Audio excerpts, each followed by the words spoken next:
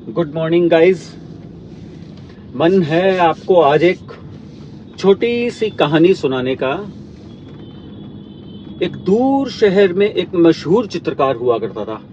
बहुत ही अल्टीमेट, बहुत ही शानदार पेंटिंग्स बनाता था। दूर दूर शहरों से लोग उसकी पेंटिंग देखने आते थे, बहुत खुश होते थे, बहुत तारीफें करते थे। इतनी सुंदर, इतनी भव्य, इतनी आक्रामक पेंटिंग्स बहुत ही लाजवाब तरीके से वो चित्रकार बनाता था। जो एक व्यस्त शहर में रहता था, उसने बेहद खूबसूरत चित्र बनाए और दूर दूर से लोग उसकी कला की प्रशंसा करने आते थे। हर कोई उसकी कृतियों की तारीफ करता था। लेकिन एक दिन चित्रकार के मन में एक परेशान करने वाला विचार आया। उसने सोचा कि क्या लोग सच में मेरी कला को पसंद करते हैं या वो सिर्फ मुझे खुश करने के लिए ऐसा करते हैं। क्या मेरी अनुपस्थिति में भी उनका यही विचार रहता है या फिर वो पीठ पीछे मेरी आलोचना करते हैं। इस असमंजस ने उसे गहरी उलझनों में डाल दिया। सच्चाई का पता लगाने के लिए उसने एक योजना बनाई। एक सुबह उसने अपनी सबसे बेहतरीन पेंटिंग को एक व्यस्त सड़क के कोने पर रख दिया। साथ में उसने एक नोट छोड़ा जिसमें लिखा था, अगर आपको इस चित्र में कोई गलती दिखे तो कृपया उसे चिन्हित करें। शाम को जब वो लौटा तो यह देखकर हैरान रह गया कि पेंटिंग पूरी तरह से निशानों से ढकी हुई थी। ऐसे लग रहा था मानो हर राहगीर ने उसमें कोई न कोई कमी जरूर ढूंढ ली थी।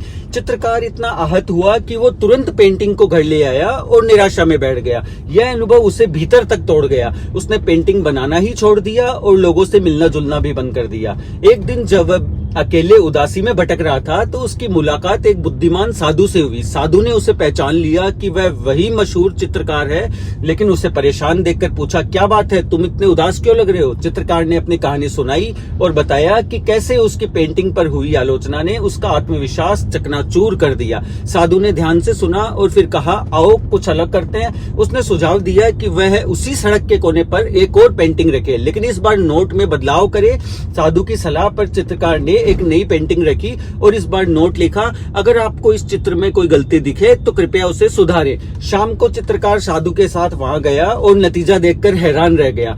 पेंटिंग जस की तस थी, किसी ने उसमें कोई सुधार नहीं किया था। अचंभित होकर चित्रकार ने साधु से पूछा, हे ज्ञानी, कोई भी इस पेंटिंग की गलतियों को ठीक क्यों नहीं कर पाया? साधु मुस्कुराए और बोले, देखो, दूसरों के काम में कमी निकालना आसान है, लेकिन बहुत कम लोग ऐसे होते हैं जिसके पास में उस कमी को सुधारने का ज्ञान या क्षमता हो। ज्यादातर लोग सिर्फ दोष निकालने में माहिर होते हैं, लेकिन रचनात्मक समाधान देना उनकी बस की बात नहीं है। फिर उन्होंने कहा, समस्या तुम्हारी पेंटिंग में नहीं थी, बल्कि उन लोगों से सलाह लेने में थी जो तुम्हारे काम की सच्ची कीमत नहीं समझते। साधु की बातों पर विचार करते हुए चित्रकार ने राहत की सांस ली।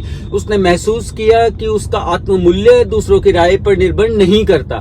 न ही आत्मविश्वास और समझ के साथ वह अपनी स्टूडियो लौटा और फिर से पेंटिंग बनाना शुरू कर दिया। उसने एक बार फिर अपनी कला को पूरे जोश से अपनाया, बिना बेवजह की आलोचनाओं की परवाह किए। हमारी जिंदगी में भी ऐसा ही होता है। जब हम तरक्की या सफलता की ओर बढ़ते हैं तो हमेशा कुछ लोग मिलेंगे जो हमें रोकने की कोशिश करेंगे। चाहे हम कितनी भी अच्छी तरह काम कर रहे हो, वो हमारी कमियों पर ही ध्यान देंगे। अक्सर ये वही लोग होते हैं जो खुद हमसे बेहतर कुछ करने में सक्षम नहीं होते हैं और न ही कोई रचनात्मक समाधान दे सकते हैं। यह इंसानी स्वभाव का हिस्सा है। कुछ लोग ईर्ष्या, असुरक्षा या केवल इस वजह से दूसरों की आलोचना करते हैं क्योंकि आलोचना करना आसान है। अगर हम इन नकारात्मक आवाजों को सुनने लगे तो वे हमें पीछे खींच सकती है और हमारे लक्ष्यों को पाने से रोक सकती है। इस कहानी से सीख साफ है, उन लोगों की राय को महत्व मत दो जो सिर्फ कमियां निकालते हैं और कोई मदद नहीं कर सकते। अनावश्यक आलोचना से दूरी बनाओ और अपनी राह पर चलते चलो। अपने आसपास ऐसे लोगों को रखो जो सच में तुम्हारी तरक्की चाहते हैं।